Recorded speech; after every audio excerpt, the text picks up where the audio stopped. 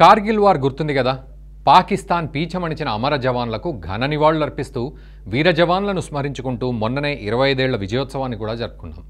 మరోసారి మన దేశాన్ని ముక్కలు చేసేందుకు పాకిస్తాన్ పన్నిన కుట్ర కార్గిల్ వార్కు దారితీసింది. మరి ఆ కుట్ర పన్నిందెవరో తెలుసా? ఆ కరడుగట్టిన భారత ద్వేషి ఎవరో కాదు, పర్వేజ్ ముషర్రఫ్. మరి అలాంటి వాణ్ణి ఎవరైనా స్మరించుకుంటారా? కానీ అదే జరిగింది. వాణ్ణి గుర్తు చేసుకోవడమే కాదు, ఘన నివాళులర్పించేందుకు సిద్ధమయ్యారు. కార్గిల్ విజయ్ దివస్ మరుసటి రోజే కొందరు లెఫ్ట్ లిబరల్ గాళ్లు ఈ దారుణానికి ఒడిగట్టారు. ఈ ఘటన ఎక్కడ జరిగిందో తెలుసుకునే ముందు ఈ వీడియోను లైక్ చేయండి, 10 మందికి షేర్ చేయండి. నేషనలిస్ట్ హబ్ ఛానల్ను సబ్స్క్రైబ్ చేసుకుని జాతీయవాద జర్నలిజాన్ని దయచేసి ప్రోత్సహించండి. వీడియోను పూర్తిగా చూడటం మాత్రం మర్చిపోవద్దు.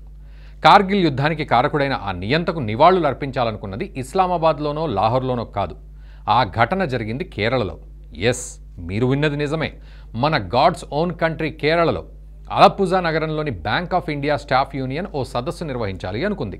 ఈ సందర్భంగా ఈ సదస్సులో పాక్ మాజీ అధ్యక్షుడు నియంత పర్వేజ్ ముషర్రఫ్కి నివాళులర్పించాలని నిర్ణయించారు. నిజానికి కార్గిల్ విజయ్ దివస్ రోజునే రాష్ట్ర సదస్సు జరపాలనుకున్నారు.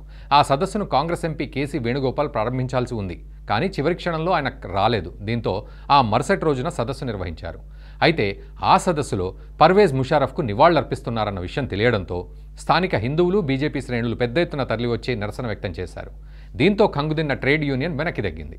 ముషర్రఫ్ పేరును చేర్చడం ప్రింటింగ్ లోపమేనని సన్నాయి నొక్కులు నొక్కింది. తప్పును సరిదిద్దుకుని ముషర్రఫ్ పేరు ప్రస్తావించకుండా కార్యక్రమాన్ని కొనసాగించారు. మరోవైపు ముషర్రఫ్కి నివాళులర్పించాలని తీసుకున్న నిర్ణయంపై national organisation of bank workers, national organisation of bank officers union తీవ్రంగా ఖండించాయి. ఇదో దేశ వ్యతిరేక నిర్ణయమని యూనియన్ నాయకులు మండిపడ్డారు. దేశం కోసం అనేక మంది జవాన్లు ప్రాణాలర్పించారని, దాన్ని అపహాస్యం చేయడమేనని ఆగ్రహం వ్యక్తం చేశారు. ఇలా చేస్తూ దేశ వ్యతిరేకులకు మద్దతిస్తున్నారంటూ తీవ్రంగా ఆక్షేపించారు. ఆర్థిక శాఖ వెంటనే జోక్యం చేసుకుని సమగ్ర దర్యాప్తునకు ఆదేశించాలని డిమాండ్ చేశారు. అంతేకాకుండా ఈ సమావేశంలో పాల్గొన్న ఉద్యోగులను కూడా బహిష్కరించాలని బ్యాంక్ ఆఫ్ ఇండియాను కోరారు.